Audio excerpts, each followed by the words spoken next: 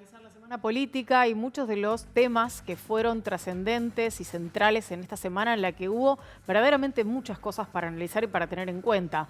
Reelección puede ser, el presidente lo dijo en entrevista periodística una vez más, pero además empezaron a haber algunos conflictos que tienen que ver con el lugar y el rumbo de la economía y en particular lo de las últimas horas relacionado con Aerolíneas Argentinas. Gretel Ledo es nuestra invitada esta noche, bienvenida. Bueno, gracias por la invitación. No, por favor. Bueno, te propongo que empecemos por lo último que fue lo que ocurrió con el conflicto de Aerolíneas Argentinas.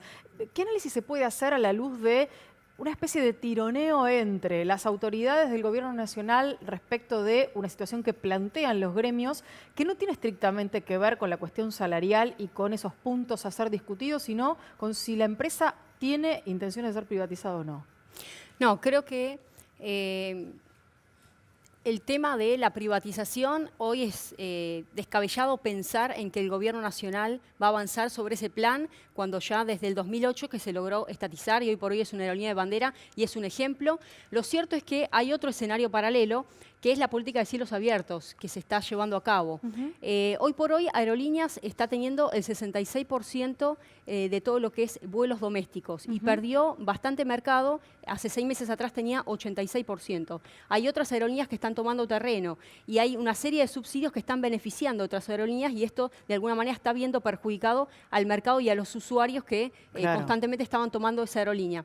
Más allá de eso, estos 5 gremios, que no forman parte del Consejo Directivo de la CGT, tienen libertad a la hora de la toma de decisiones y se vieron un poco forzados los trabajadores porque tuvieron que hacer una especie de retención de tareas en puesto de trabajo, vale decir, formalmente no convocaron a un paro, sino que fue retención de tareas porque temían perder algún tipo de plus por lo que es presentismo, por lo que es horas e ingreso de trabajo y perjudicaba a los trabajadores. Por eso ese conflicto entre los gremios, los trabajadores y a su vez los usuarios que no pudieron... Claro. Te propongo que escuchemos lo que decía el ministro Dietrich en las últimas horas a propósito de lo que había pasado, después seguimos charlando.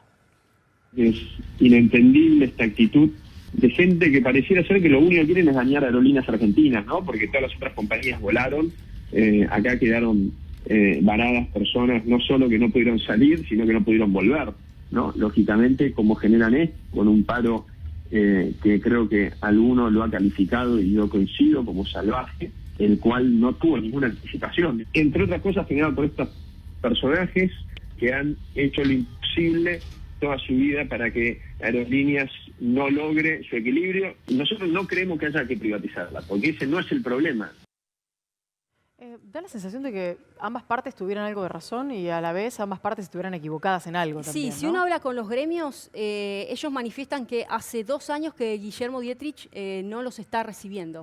Claro. Esa es la realidad. Y por otra parte, ya desde septiembre tendría que haberse actualizado el salario, con esa famosa cláusula gatillo, donde se estableció un parámetro de actualización y que estaba sujeta a revisión siempre que la inflación superase un monto determinado. Hoy por hoy estamos hablando de un mensual de casi 6,5% y según el instituto, justamente el Instituto de Trabajadores, está arrojando anualmente prácticamente más de 42% de inflación, con lo cual ha trepado la inflación y si se quiere, digamos, como que el gobierno forzó una situación y lo podría haber previsto, evitado, ¿no? Evitado Claro, y se porque... llegó, digamos, a ese nivel de conflicto porque si hubiese estado presente no se hubiese llegado hasta este nivel de toma de fuerza. Claro, hubo una cuestión de torpeza para aclarar, y es que el gobierno no lo recibió a los gremios, pero los gremios, hay una doctrina que está instalada que es paritaria vencida hasta que haya nueva paritaria, sigue vigente la vencida. Entonces, por más que haya vencido en agosto o en septiembre, les correspondía, o sea, si los hubieran recibido, hubieran firmado una nueva paritaria, quizás. Claro. Y no tendrían este problema. Sí, sí. A ver, el punto es que ya desde septiembre se tenía que haber renegociado y esto vienen constantemente advirtiéndoles y vienen, previendo una situación de que los iban a recibir y realmente no los está recibiendo. Esa es la situación, digamos. Colocaron a los usuarios forzados entre la espada y la pared y lograron todo un escenario donde tuvieron que enfrentar a los trabajadores justamente con los usuarios. Y por otro lado, los mismos trabajadores terminaron también enfrentados con los gremios. O sea, fue un escenario bastante complejo. Muy complejo. Mismo escenario que también estamos viendo en lo que está ocurriendo con el resto de los gremios y los trabajadores acerca de este bono, que el decreto está preparado, hasta hace unas horas atrás no se había publicado todavía, pero sí se dio a conocer o trascendió el contenido de ese decreto firmado por el gobierno. ¿Y qué puede llegar a pasar con todo esto? Los sindicalistas están algunos convencidos, otros no tanto. Te propongo escuchar a Omar Viviani y después charlamos a ver qué puede pasar efectivamente con este pago del bono. Y este año nuevamente los salarios van a perder poder adquisitivo, porque si bien ahora se trató de un bono que tendrá que salir un decreto, con eso no se cubre el desfasaje que han tenido los salarios en líneas generales. Algunos gremios firmaron un poco más, otros firmaron un poco menos, pero la realidad es que otra vez este año el salario vuelve a perder contra la inflación. Nosotros vamos a tener un grave problema para que nos cobren los compañeros, porque nuestra actividad está al borde de la extinción, esa es la realidad. Igual vamos a sentarnos con las cámaras empresarias y los vamos a obligar a que los paguen. Los vamos a obligar a que lo paguen. Bueno, complicado. Según datos de la UIA, se están perdiendo por mes entre 3.000 y 4.000 empleos y desde diciembre del 2015 a la fecha de 80.000 a 1.120.000 en lo que es el área de industriales. Hoy por hoy todo este sector no puede hacer frente a este bono. Por eso están trabajando con esta doble modalidad de pago, noviembre que se va a cobrar en diciembre, enero que se va a cobrar en febrero. La realidad es que esta cláusula, esta excepción que va a figurar en el decreto, que contempla situaciones de crisis en aquellos sectores que no la pueden afrontar, la modalidad de pago va a quedar librada. Esa es un poco la beta que dejó abierto el decreto. Lo cierto es que esto libró un debate en el seno de la propia CGT. ¿Por qué? Acá tenemos excluidos a todos los sectores de empleados estatales, nacionales, municipales, provinciales, también lo que es el sector del agro y ni hablar con el tema de jubilados, empleados domésticos y gente que no está registrada. Tuvieron que aceptar esto como si fuera una especie de mal menor. Y por otro lado tenemos otro escenario donde el propio sector industrial dice no estamos en condiciones de, cuando en realidad con todo este modelo que han establecido con el aumento de la tasa de interés, se está favoreciendo un mecanismo de especulativo y de patria financiera. Entonces, ¿qué hace el sector privado? Pone la guita ahí, para ser más claro. Entonces, en vez de colocarla en el sector productivo y cuando llega el momento tampoco tienen el dinero para hacer frente a esta cuestión. Y además no le rigen los encajes nuevos que instrumentó el Banco Central hoy porque es para extranjeros, para los que vienen de afuera. O sea, son capitales argentinos. Exactamente. En este Entonces, digamos, el modelo es contraproducente porque, digamos, cómo está hoy la mecánica económica hace que el propio sector empresarial, en vez de invertir en el sector productivo, especula con el sector financiero. Entonces, cuando llega el momento, tampoco tiene los recursos como para hacer frente a este bono. Entonces, hay un entramado doble que es como que el gobierno hace gol en contra, se patea en contra de sí mismo. ¿Me explico? Ahora, hasta este momento nosotros teníamos un antecedente de partes que negociaban entre sí sin contar a la patronal, que es el histórico caso de todos los años, el sindicato de encargados de edificios, más el Ministerio o ahora la Secretaría de Trabajo y la Asociación de Administradores de Consorcio negociaban cuánto le iban a sacar, básicamente, al que paga la CPESA, que en definitiva es el que contrata a los dos. Y ahora nos encontramos con algo similar. El gobierno arregla con los sindicatos un bono sin consultar a las patronales de esos empleados.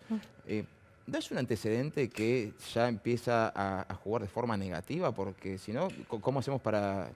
O sea, tranquilamente mañana pueden negociar paritarias sin tener en cuenta una patronal. Sí, el resto de los sindicatos, como hace ya... Es bastante filosa la temática. Ya lo venimos hablando hace tiempo. Cuando hablamos de una mesa de diálogo ampliada, hoy por hoy vemos un tejido social totalmente descompuesto. Y en esta desintegración es donde es importante sentar a todas las fuerzas vivas. Estamos hablando del sector de la patronal, estamos hablando de los sindicatos, y negociar por atrás y dejar al descubierto. Y hoy ni siquiera se le está consultando a la UIA o cómo van a hacer el sector industrial. Hoy por hoy las pymes son las mayores afectadas. Recordemos que el 70% de la actividad y la producción lo aportan las pymes. O sea, el sector más fagocitado justamente es el sector productivo. Entonces, para quedar bien con los gremios, que ni siquiera, vuelvo a decir, esto generó un revuelo interno dentro de la CGT. Hay comunicados oficiales de máximas autoridades de otros gremios, me han llegado los comunicados que están totalmente en contra de esta solicitud y tuvieron que adoptarlo por mayoría porque están desesperados y dijeron, bueno, por lo menos vamos a aceptar este bono. Lo tomaron como paliativo, pero ha originado también fisuras dentro de la propia CGT. ¿viste? O sea, esto ya ni siquiera, ni los gremios están de acuerdo con la situación. Te propongo cambiar de tema, irnos a esta especulación alrededor de la reelección. Especulación, en realidad ya es casi una confirmación, aunque el presidente sigue diciendo lo mismo. Estoy preparado, si la gente decide que tenga que seguir, lo haré, pero no es momento para hablar de elecciones, ni de votaciones y demás. Sin embargo, está ahí, latente, toda la cuestión. Y por otro lado, desde la oposición sigue apareciendo la figura central de Cristina Fernández de Kirchner, hoy además con la novedad de esta falta de mérito en una de las causas en las que está sentada en el banquillo de los acusados, o lo menos se pensaba que iba a estarlo. Digo, ¿qué sucede en ese contexto y cómo se ve la figura de Cristina Fernández de Kirchner a la luz de estas novedades? Bueno, el gobierno siempre le va a convenir seguir especulando con esta polarización porque es el pasado y el presente. O la corrupción y el modelo del pasado, o nosotros que venimos a proponer el cambio. Ahora, con todo esta cuestión que hay una investigación acerca del manejo de la campaña, también un poco se está poniendo en tela de juicio la cuestión impoluta, digamos, de un Cambiemos, que siempre con Carrió a la cabeza se jactó de ser, digamos, el nuevo modelo, ¿no? Quizás, bueno, siempre fue una pantalla de humo y no sabemos si realmente la esencia era otra, por lo menos se está investigando. Lo cierto es que este juego le permite, por supuesto, a nuestro presidente garantizar, si se quiere, una victoria, porque si llegamos a trabajar en esta polarización, está claro que hay mucha gente que va a seguir convalidando este gobierno. Vuelvo a decir que la pelota siempre está picando en la cancha contraria, o sea, en la oposición. Si logra el peronismo unificarse y poder zanjar las diferencias, que hoy por hoy no lo vemos. Vemos, por ejemplo, la estrategia de Felipe Solá acercándose a Hugo Moyano y cómo también se está dividiendo la CGT, porque él también juega por afuera del Consejo Directivo de la CGT cuando decidió abrirse, que es otra de las cuestiones que también le han cuestionado muchos sectores del gremio. Y por otro lado tenemos a un Massa que se está acercando poco a poco para empezar a recolectar nuevas figuras como un Emilio Monzón, ¿no? Y donde dicen, nosotros somos la alternativa, nosotros jugamos no directamente sin Cristina, contra Cristina, ¿no? Entonces yo veo un escenario donde no es posible hoy por hoy la unidad del peronismo es impracticable. En este escenario es donde la expresidente es la que mayor mide, esa es la realidad, pero tampoco tiene los votos suficientes como para garantizar una victoria en un balotaje.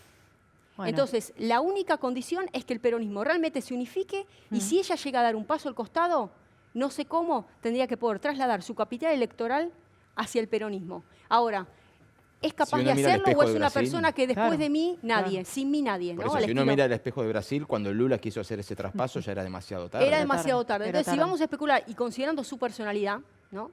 Es prácticamente imposible y no lo va a hacer. Bueno, fíjense cómo llevó al pelotón de guerra hasta el último momento a Daniel Scioli, ¿no? Y así quedó. Entonces, creo que en esta jugada el peronismo tiene un desafío titánico. Si sigue manteniéndose este escenario, es más que probable que Macri tenga una segunda gestión. Gracias, Gretel, por haber venido. Gracias a ustedes.